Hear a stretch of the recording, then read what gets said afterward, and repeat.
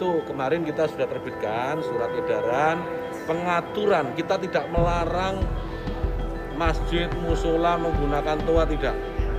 Silahkan, karena kita tahu itu bagian dari syiar agama Islam.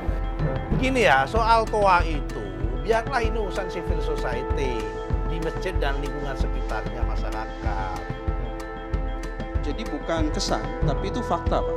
Jadi it's really happening di masyarakat perkotaan. Fakta Jakarta, bahwa azan mengganggu. Fakta bahwa suara azan itu mengganggu orang-orang tertentu.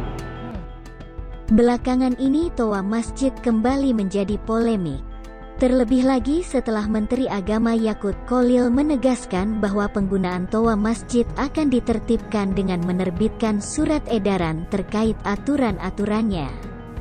Selaku masyarakat Indonesia yang berlatar belakang Kristen, tentu saya atas nama admin channel Pujian Penyembahan sangat mengapresiasi keputusan Menteri Agama ini. Tetapi sayangnya keputusan Menteri Agama Yakut Kholil ini justru menuai kritikan pedas dari beberapa kalangan umat Islam di Republik ini. Jujur, kalau bisa menyampaikan pendapat langsung ke Pak Menteri Agama, daripada memunculkan polemik yang tidak ada habisnya, dan bahkan umat Kristenlah yang nanti menjadi kambing hitamnya. Tanpa mengurangi rasa hormat saya kepada Pak Menteri dan saudara-saudara Muslim dari kalangan NU, saya pribadi lebih menyarankan Bapak tarik kembali keputusan Bapak tersebut. Kalau boleh memberi sedikit gambaran, sebagai umat Kristen yang lahir dan besar di lingkungan yang 98% umatnya beragama Islam, saya pribadi sudah terbiasa bahkan kebal dengan suara toa dari beberapa masjid yang ada di seputar tempat tinggal saya. Bahkan ada salah satu masjid yang khutbah Jumatannya sering menyindir kami umat Kristen.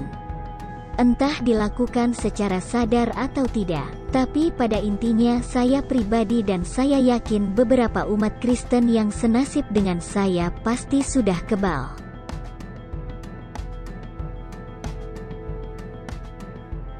Ini tentu bukan berarti sebagai umat Kristen kami tidak merasa terganggu. Dalam hal ini saya pribadi sebagai umat Kristen lebih memilih untuk bersikap diam. Ya, penyebabnya tentu karena hukum di Republik ini masih lebih menguntungkan kaum mayoritas. Jadi percuma saja kami banyak bicara yang akhirnya jatuhnya kami dituduh melakukan penistaan.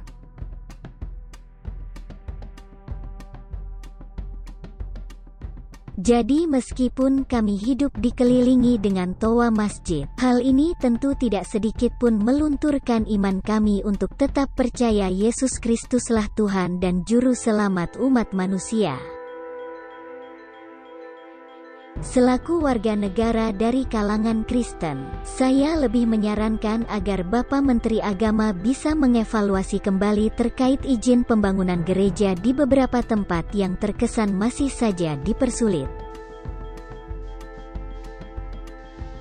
Pada akhirnya semoga Bapak Menteri tetap dalam keadaan sehat dan selalu diberikan hikmat kebijaksanaan oleh Tuhan Yang Maha Kuasa, sehingga setiap keputusan yang diambil tidak membuat beberapa kalangan merasa dirugikan.